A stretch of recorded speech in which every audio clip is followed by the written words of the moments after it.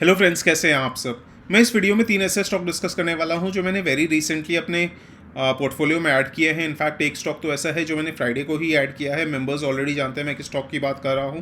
Eight the same time किस price पे bye किया है, कितनी क्वांटिटी में बाय किया है, सब मेंबर्स ऑलरेडी जानते हैं। तो चलिए आप लोगों के साथ भी डिस्कस करेंगे इस वीडियो में। एंड उससे पहले अगर आपको वीडियो पसंद आए तो please do like, share and subscribe. And अगर आप टेलीग्राम चैनल के पार्ट नहीं हैं तो वहाँ मैं इंपॉर्टेंट अपडेट्स शेयर करता रहता हूँ, तो आप ज्वाइन कर सकते हैं। एट द सेम टाइम आप मेंबरशिप भी एक्सप्लोर कर सकते हैं। ज्वाइन बटन आपको वीडियो के नीचे मिल जाएगा। तो चलिए वीडियो स्टार्ट करते हैं। सबसे पहले तो एफ आई आईज 370 करोड़ के नेट बायर्स थे फ्राइडे को। डी आई आईज 300 करोड़ के नेट सेलर्स थे। टिपिकल काइंड ऑफ फ्राइडे था जहाँ ज़्यादा मूवमेंट नहीं होता। एंड एडवांस डिक्लाइन रेशियो 1.64 था, तो ओवरऑल काफ़ी अच्छा था एडवांस डिक्लाइन रेशियो।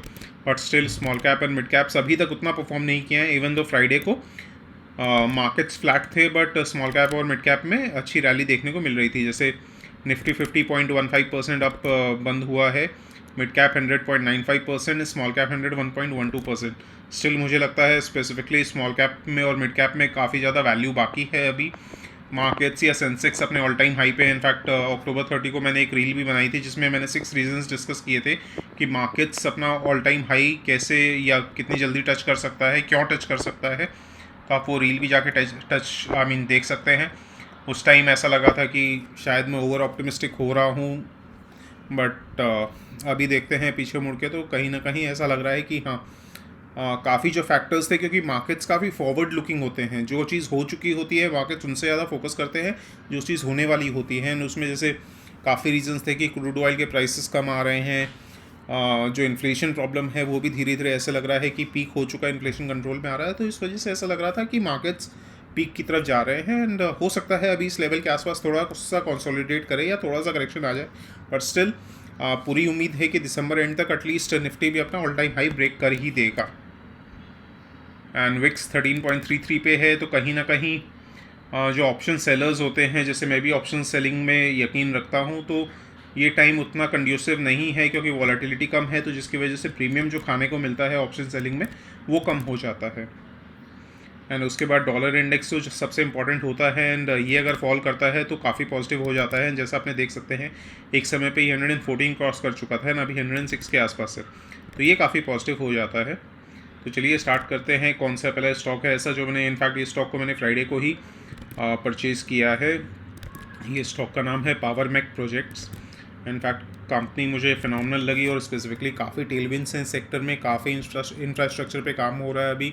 गवर्नमेंट भी हद से ज़्यादा फोकस कर रही है, तो इसी वजह से मैंने इस स्टॉक को सिलेक्ट किया है और फंडामेंटली वेरी स्ट्रॉन्ग लगी। चलिए डिस्कस करते हैं पहले। ये company basically integrated service provide करती है, erection, testing and commissioning of boilers, turbine, generators, जैसा आप लोग सब जानते हैं पावर जनरेशन, पावर सेक्टर में ये सब यूज़ होते हैं। तो इनकी जो ऑपरेशंस एंड मेंटेनेंस का काम होता है उसमें प्राइमरली है। एट द सेम टाइम अभी company recently non power sectors में भी काफ़ी ज़्यादा फोकस करने लगी है, जिसकी वजह से मुझे और ज़्यादा अट्रैक्टिव लगने लगी है। एंड जैसा आप देख सकते हैं रेवेन्यू स्प्लिट जो है इरेक्शन वर्क्स के में 23%, O&M यानी ऑपरेशंस एंड मेंटेनेंस वो 35%, civil works 36%, electrical 5%, others 1%। And domestic अभी मोस्टली डोमेस्टिक से है 88%, एक्सपोर्ट्स 12%। बट आगे से डिस्कस करेंगे कि एक्सपोर्ट सेक्टर में भी काफ़ी ज़्यादा फोकस है कंपनी का। एंड एज ऑफ अक्टूबर 31 या 31 दिसंबर 2021 इनकी ऑर्डर बुक ऑलमोस्ट 17,000 करोड़ की थी, जो अभी बढ़ के और ज़्यादा हो गई है, वो अभी देखेंगे। And market cap around 3200 crore के आसपास है। तो कंपनी सिर्फ और सिर्फ 3200 करोड़ का मार्केट कैप है, but order book almost 24,000 crore की है अभी रिसेंट में, तो काफ़ी ज़्यादा अट्रैक्टिव हो रही है। एट द सेम टाइम ऐसा लग रहा है कि नेक्स्ट फ्यू ईयर्स के लिए जो रेवेन्यू विजिबिलिटी है वो काफ़ी हाई है। तो ये एक एश्योरेंस मिल जाता है कि हाँ, रेवेन्यूज़ बहुत ज़्यादा डाउन होने का चांस बहुत कम हो जाता है। एंड जैसा आपने जानते हैं operations and maintenance repeated annually basically repeat होते हैं, या फिर उनके कई ईयर्स के एक साथ कॉन्ट्रैक्ट मिला जाता है। तो काफ़ी ईयर्स के लिए जो ऑपरेशंस एंड मेंटेनेंस कॉन्ट्रैक्ट्स हैं वो रेवेन्यू रिपीटेड रेवेन्यूज़ प्रोवाइड करेंगे। एट द सेम टाइम जो नए प्रोजेक्ट्स हैं वहाँ से तो रेवेन्यूज़ आएंगी ही। स्टॉक प्राइस अर्निंग्स रेशियो 20 के आसपास है, बुक वैल्यू 782 के आसपास है। एंड पावर मैक प्रोजेक्ट्स का मार्केट प्राइस अभी 2136 के आसपास है, तो ऑलमोस्ट 2.73 के आसपास प्राइस टू बुक वैल्यू है, रीजनेबल है। एंड पेग रेशियो 1.17 ठीक है, कोई प्रॉब्लम नहीं है। एंड कंस्ट्रिंग ये इंफ्रास्ट्रक्चर में है तो return on equity, return on capital employed थोड़ा सा लोअर साइड पे होगा क्योंकि कैपिटल इंटेंसिव बिजनेस होता है ये। एंड जैसा आपने देख सकते हैं ये लगातार फ्लैट बेस का पैटर्न बना के उसके बाद लगातार ये अगस्त के बाद तो या जुलाई के बाद अच्छा खासा ये रिटर्न दिया है। अगर पहले नज़र में आ जाता तो काफ़ी अच्छा रहता, बट कोई नहीं, मुझे नहीं लगता क्योंकि अभी भी स्कोप बाकी है, वैल्यूएशन अभी भी रीज़नेबल है। At the same time sales and margin देखते हैं तो ये इसमें कहीं ना कहीं सीजनल एलिमेंट होता है। जो मार्च क्वार्टर होता है वो सबसे बेस्ट होता है, जैसा आप देख सकते हैं मार्च 2019, मार्च 2020, मार्च 2021, उसके बाद 22, तो सीजनल इम्पैक्ट होता है जिसकी वजह से अपने को ईयर ऑन ईयर कंसिडर करना पड़ेगा। एंड ईयर ऑन ईयर अगर लास्ट क्वार्टर का देखें सितंबर क्वार्टर में तो 539 करोड़ से 771 करोड़ हो गई हैं रेवेन्यूज़। एंड उसके बाद नेट प्रॉफिट 27 करोड़ से 43 करोड़, तो फिनोमिनल ग्रोथ दिखा रही है कंपनी, इसमें कोई डाउट्स नहीं है। ईपीएस भी 18.41 से 29.78 हो गया है। And debt to equity ratio देखें तो 0.3 के आसपास है या 0.35 के आसपास है, रीजनेबल है। डेट अपने देख सकते हैं बोरोइंग्स 488 करोड़ के हैं compare to reserves, plus equity वो 1150 करोड़ की हो जाती हैं। And cash flow from operating activities March 2020 में नेगेटिव था, बट उसके बाद अभी अच्छा खासा पॉजिटिव हो रहा है, तो ये भी काफ़ी पॉजिटिव हो जाता है। यानी नेट प्रॉफिट्स के साथ साथ कंपनीज उस नेट प्रॉफिट को cash flow from operating activities में भी कन्वर्ट कर रही है। एंड प्रोमोटर्स की होल्डिंग देखें तो कांस्टेंट है, कोई प्रॉब्लम नहीं है। इनफैक्ट अगर लास्ट 2-3 ईयर्स देखें तो कुछ ना कुछ इंक्रीज़ ही हुई है। इनफैक्ट FIIs ने भी लास्ट फ्यू क्वार्टर्स में अपनी होल्डिंग इंक्रीज़ की है। लास्ट क्वार्टर अगर सिर्फ देखें तो 4.13% से 4.94% हो गई है। DIIs 8.35% से 9.42, यानी बोथ DIIs एंड FIIs मिलकर अपना स्टेक इंक्रीज़ कर रहे हैं, तो ये अगेन काफ़ी पॉजिटिव हो जाता है। ये कंपनी 1999 में इस्टेब्लिश हुई थी। मिस्टर एस किशोर बाबू ने, जो फर्स्ट जनरेशन एंटरप्रेन्योर हैं, उन्होंने इस्टेब्लिश की थी। Largest operations and maintenance service provider in India है, इनका ऑपरेशंस पैन इंडिया है। एंड उसके बाद जो इस डिकेड में गोइंग फॉरवर्ड जो इनका फोकस है नॉन पावर सेक्टर की हो जाता है ग्रोथ के लिए, क्योंकि गवर्नमेंट नेशनल इंफ्रास्ट्रक्चर पाइपलाइन में 111 लाख करोड़ के आसपास गवर्नमेंट का बजट है।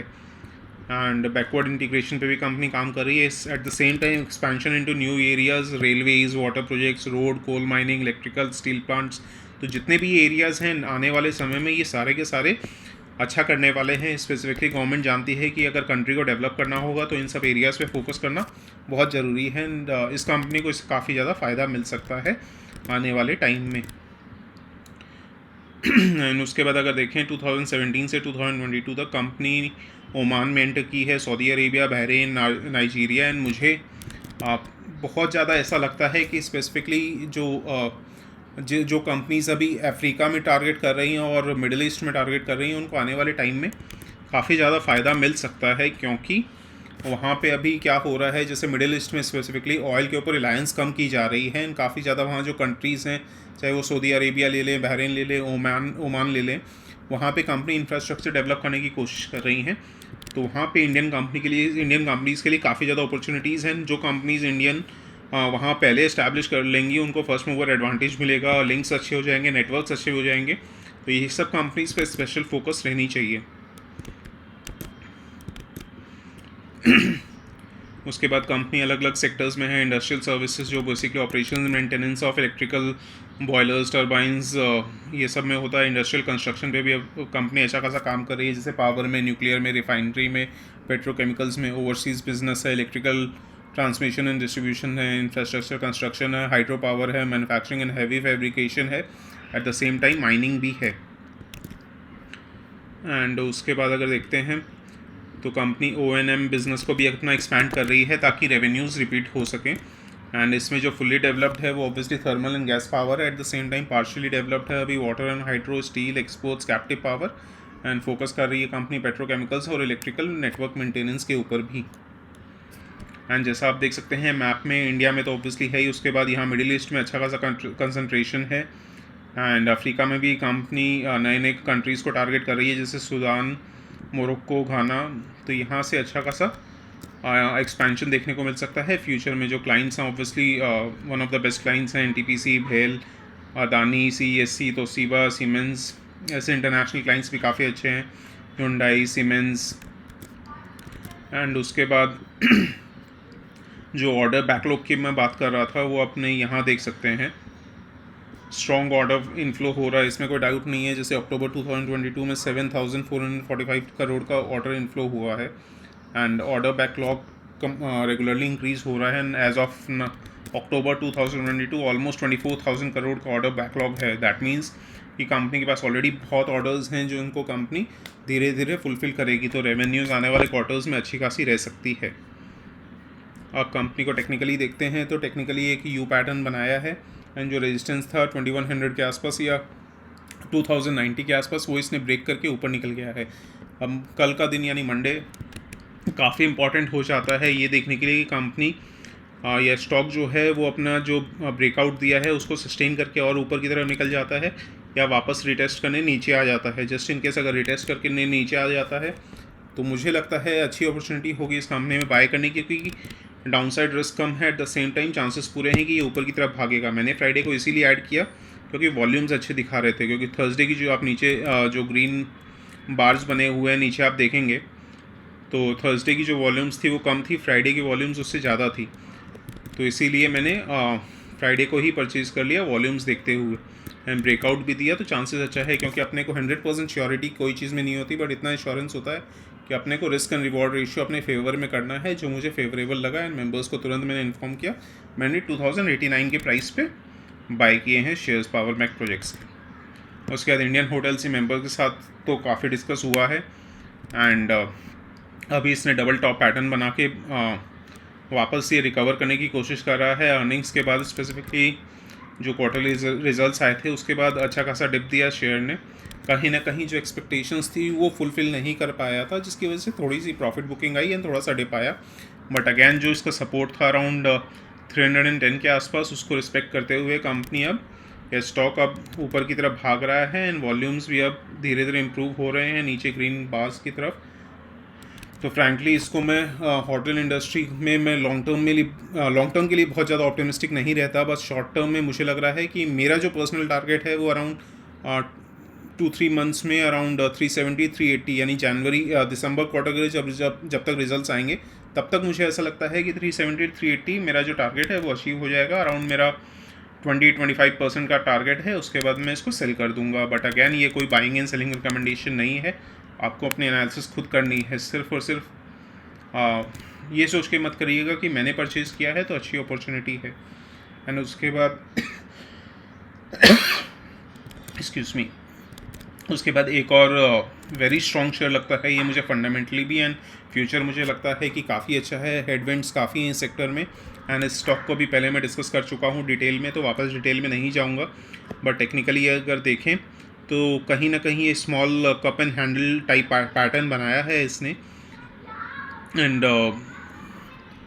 जो इसका 20 डे एक्सपोनेंशियल मूविंग एवरेज है उसके आसपास से इसने सपोर्ट लेके वापस राइज करने की कोशिश कर रहा है ये। एंड नीचे आप देखेंगे ग्रीन बार्स की compare to red bars green bars की वॉल्यूम्स ज़्यादा हैं, तो ये स्टॉक भी मुझे ऐसा लगता है कि रिस्क रिवॉर्ड रेशियो काफ़ी फेवरेबल है इस स्टॉक में भी अभी एंट्री के लिए, एंड स्पेसिफिकली बिकॉज कि जल्दी ही स्मॉल कैप्स भी भागने स्टार्ट करेंगे, तो उसके बाद काफ़ी अच्छे जो स्मॉल कैप स्टॉक जो अभी वैल्यूएशन जिनकी बहुत अट्रैक्टिव है उनमें जल्दी मौका नहीं मिलेगा। तो मुझे पर्सनली ऐसा लगता है, इनफैक्ट मैं ऐसा कर रहा हूँ कि काफ़ी जो अट्रैक्टिव स्मॉल कैप स्टॉक्स हैं उसमें धीरे धीरे अपनी पोजीशन बना रहा हूँ। बट अगैन ये वीडियो कोई भी एजुकेशनल पर्पज़ के लिए वीडियो है एंड कोई भी बाइंग एंड सेलिंग रिकमेंडेशन नहीं है।